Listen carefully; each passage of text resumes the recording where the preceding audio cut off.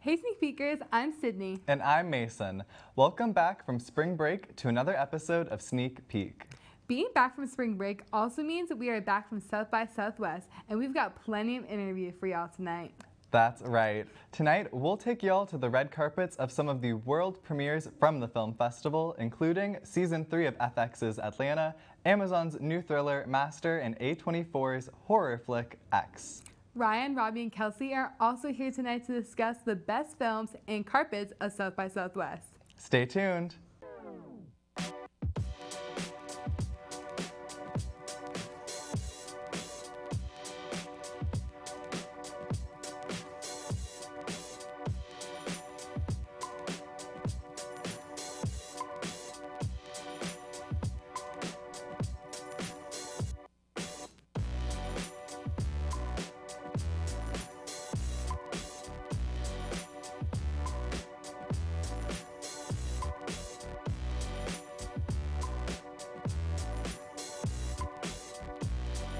Hey Mason, are you caught up with Riverdale? Absolutely not. I haven't seen that show since its first season. I've heard so many crazy things have happened since then. Oh, like you wouldn't believe. It was just revealed that in the latest season of the CW's teen drama, Archie and Betty have obtained superpowers after a multiverse storyline. Superpowers? I thought Riverdale was a murder mystery show. Well, now Betty has the ability to sense evil auras from people, and Archie is apparently indestructible. I'm kind of interested to see how and why that is even happening. Maybe I should tune in sometime. Well, you have plenty of time because it was also announced today that the show has been renewed for its 7th season. 7 seasons of crazy Riverdale stuff? I am so down for that. In other news, over the weekend, Rachel Zelger, the Maria of the Academy Award-nominated West Side Story, revealed in an Instagram comment that she had not been invited to the ceremony, despite being the lead of the Best Picture nominee. Zegler's fans were very disheartened to hear the news, as were we at Sneak Peek, considering the fact that her film has 7 nominations. Fortunately, this afternoon, the Academy has fixed its mistake and invited Zegler to the Oscars, not only as an attendee, but as a presenter as well. I am so excited to see what she will be presenting. Me too. But for now, I'm excited to see your red carpet interviews for Amazon's Master. So let's take it away. Hey Sneak Peekers, I'm Mason on the red carpet for Master at South by Southwest. What inspired your portrayal of Jasmine in this film? Basically, all of the stories that my friends and family have ever told me, experiences that I've had. I knew that these experiences were not talked about often, and when they were, it was glossed over. When we talk about academia, we really never talk about it from a point of view from Black women and women of color. So I knew that I wanted to tell this story, and it would be hard and maybe a little bit triggering, but it was necessary. I have to tell you, being able to sit and have rehearsals and speaking with Mariama and having Zoe and every bit of rehearsal that we had helped a lot. And then Mariama had a list of films for us to watch so we could get a feel of what she was going for. That was also really helpful in tone and like. First question I loved that whole process. Could you describe your role with the film just a little bit? Yeah, so I am the writer and the director. I made it. Yeah. Yeah. Great. Well, what were some points of inspiration for you in creating this whole project? I drew a lot from my own life and from my personal experiences when I was a college student. So it's great to be talking to a college student right now. I was just really trying to draw from a lot of the details and the specificities of what it was like to be in an institution like the fictional Ancaster in the film. Yeah, for sure. And I think that there are definitely going to be a lot of points of resonance with current students. How do you think that'll play out with audience members who are students or faculty members? Well, I'm really excited to, see their reactions and to see whether or not they feel like it is representative or evocative or in some way, true to that experience. I'm really curious. I've been saying it's like a mirror shown to all of the students going to class. Black, brown, white, whatever. I think you're going to see similarities in your college experience in Master that you're experiencing right now. I think it's going to be fun. Again, might be a little triggering, but I think it's necessary, and sometimes in cinema I think that's kind of what we need. So that's what I'm hoping, yeah. I I think it's going to resonate a lot. I think a lot of students are going to really find it interesting, the subject matter, the familiarity, and also the horror portions of it too. Great. And as a scary movie veteran, how do you in the broader like horror moment of right now? Where there's like slashers. I mean, I think definitely this fits into more like thriller, dramatic. But I don't know how it fits. You're gonna have to tell me. Okay. You got to tell me where you think it fits. It's always hard to say. Maybe in hindsight, I'll know a little bit better. But I definitely know that, Jordan Peele kicked the door down for creators of color in the horror space when he made Get Out. I think that he proved that there's such a strong interest for the Black perspective in horror cinema. So that's one I would love to also be considered with some of my idols. But maybe that's something that I'll work towards. But I just think that the horror genre in general is just such an amazing part of film. Well, thank you so much for talking with us today. It was great to talk with you. So you all run the department? Sorry? You all run the department? We are, yes, a part of the team. I don't think she had that on. I did a whole interview and didn't have the camera on and was when I was a student and was so mortified, but I couldn't do it over because I was too embarrassed. Oh, really? And then when we stopped and they walked away, I was like, we didn't get anything. It was at the Lincoln Center Film Festival. Oh my goodness. I hope your working. I don't want it to happen to you. No, for sure.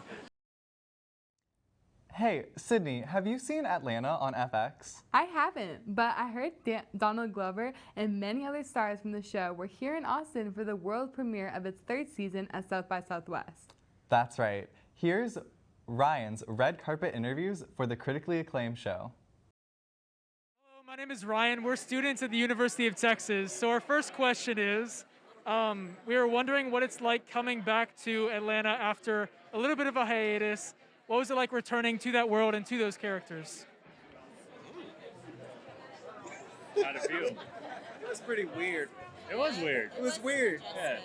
I think definitely. I think for the acting, like it was like, do I know this person? Like I was rewatching episodes, being like, ooh, man. But I wonder, do you guys feel that way? Because you guys were kind of writing. I was gonna say for the writers, I kind of feel like we had a bunch of ideas because we had some time off and we came in like with just a bunch of crazy ideas and like kind of wanting to get all this like energy and ideas out. It was good and kind of cathartic to get into it. The connection I feel like we have doesn't happen often, and we were all extremely lucky, and now having the time away from each other and then to come back to actually do it, but then in the context of the show ending, it's like exactly what you were saying, Donald. You were able to compare it and juxtapose it with every other experience you're lucky enough to have, and it really just is special. That's what I take away from it. You guys were fighting. We did fight, but it was good.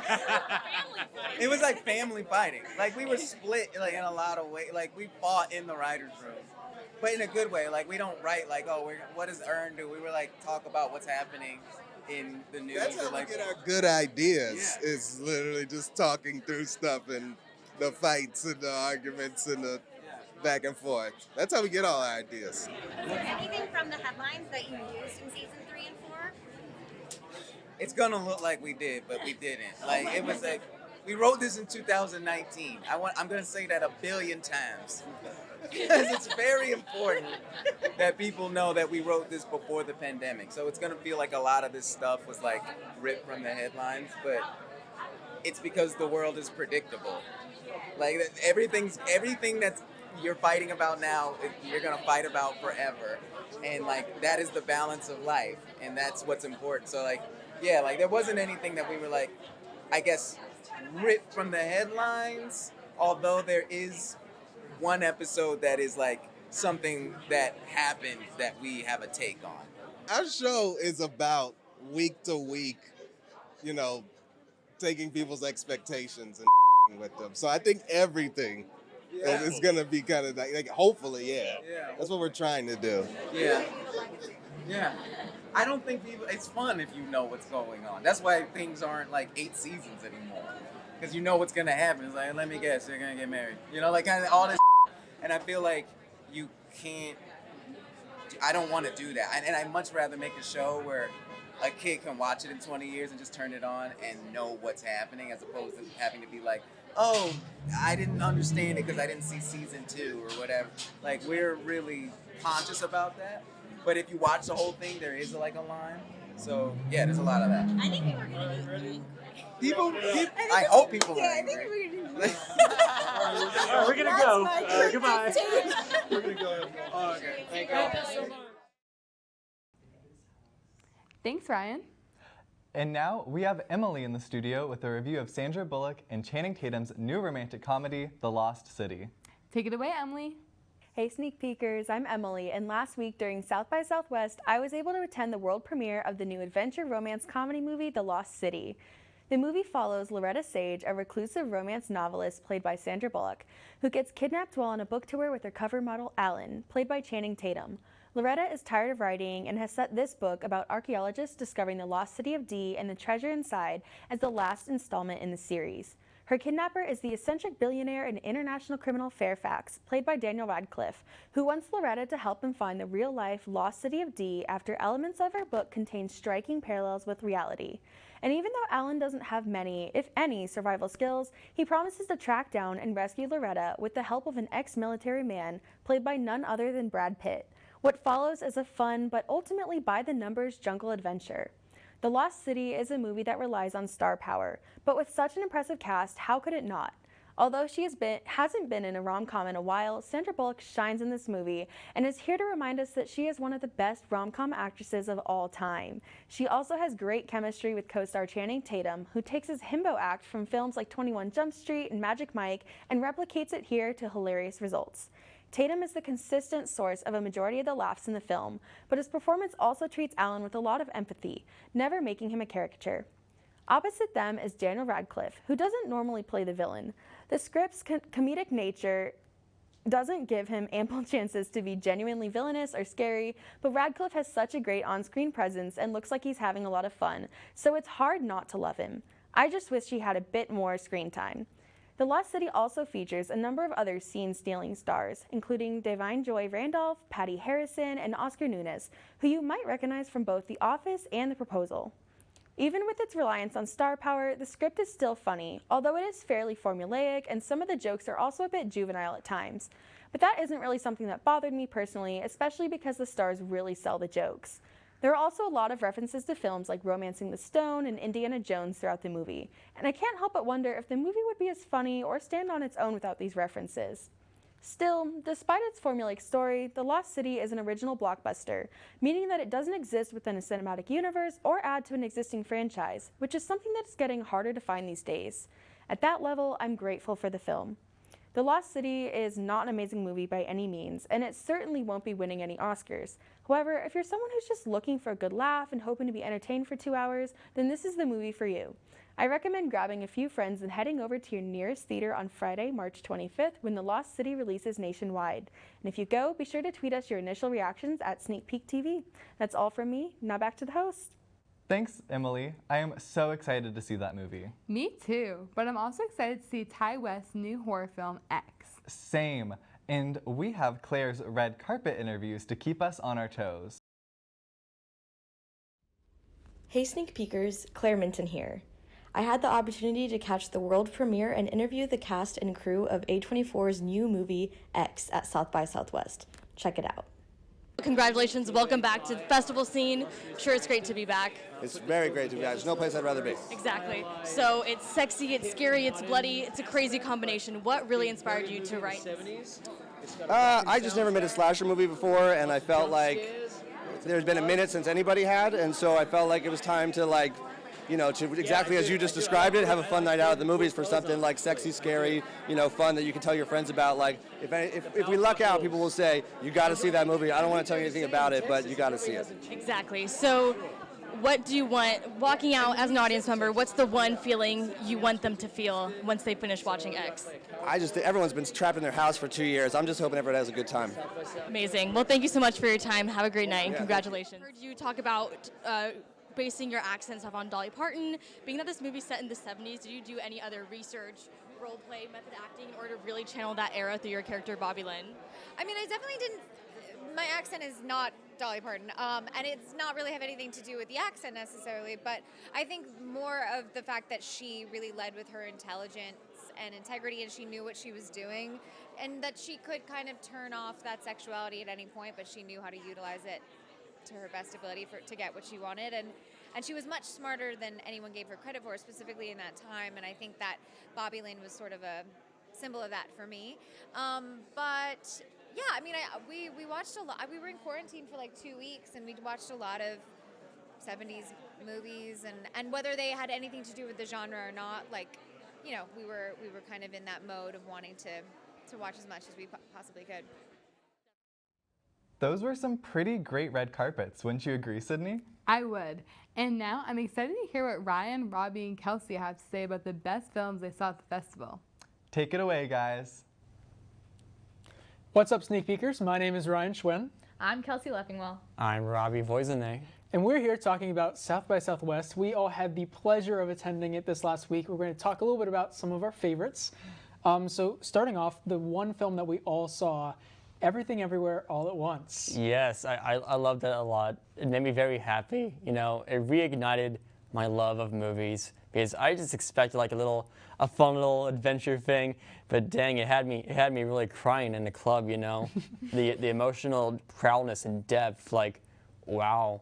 I was trying not to cry sitting next to Robbie, and then I found out later that he was doing the same thing. Yeah, we should have cried on each other's shoulders. It would have been funny. It would have been funny, perhaps.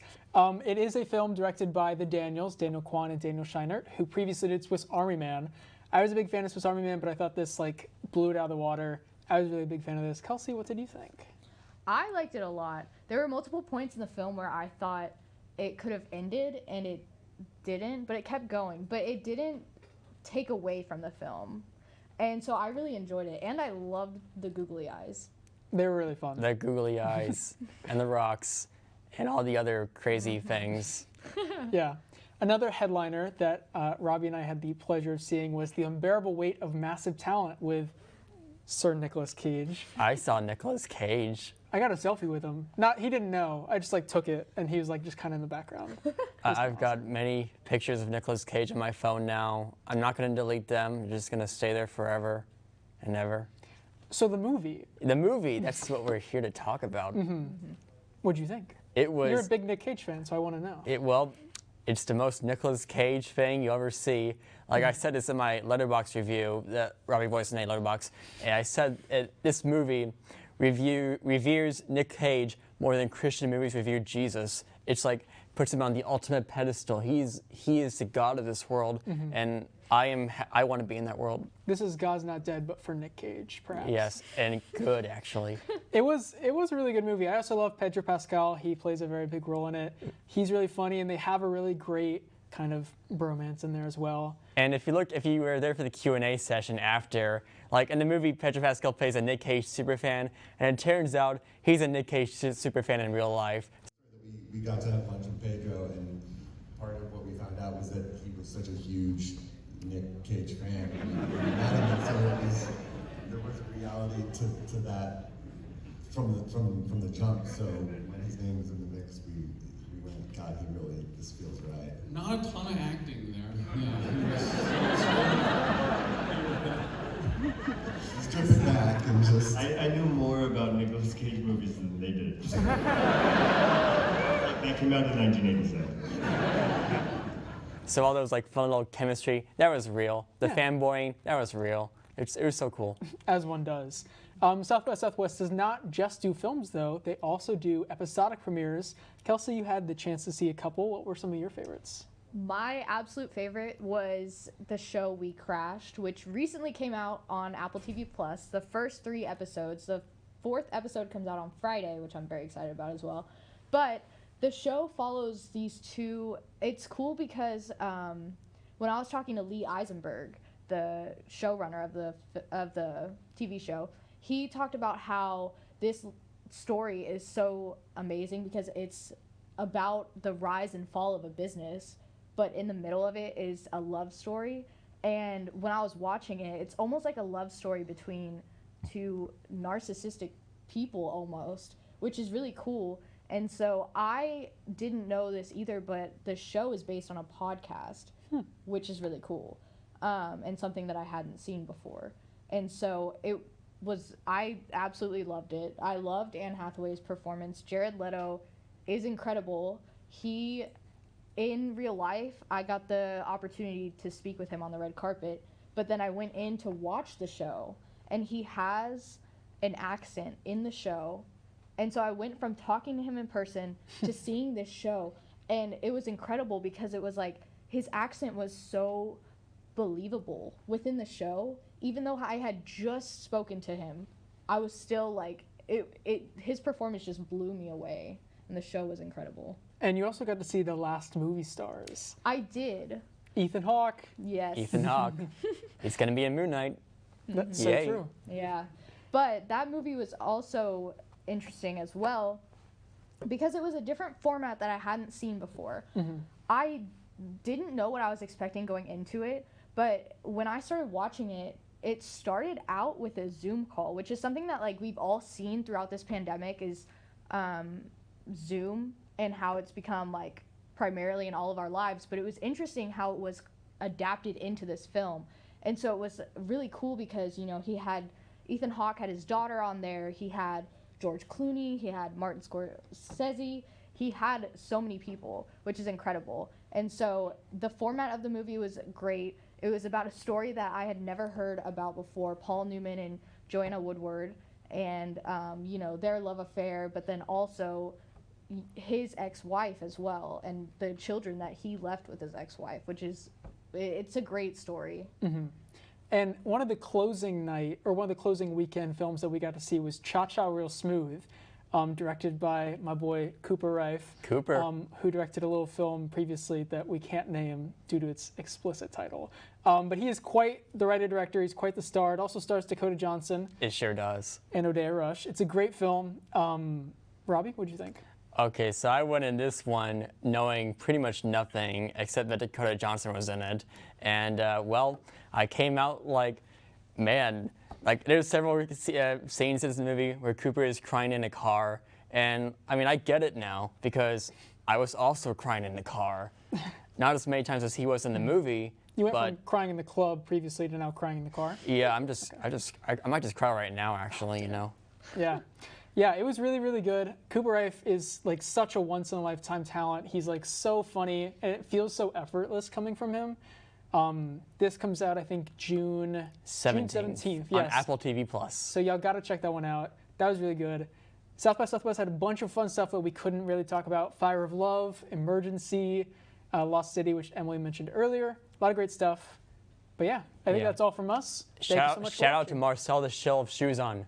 It's so good. Check it out. Yes. Thanks, guys.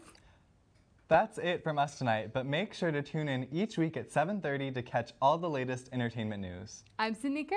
And I'm Mason Simpson. See you next week, Sneak Peekers.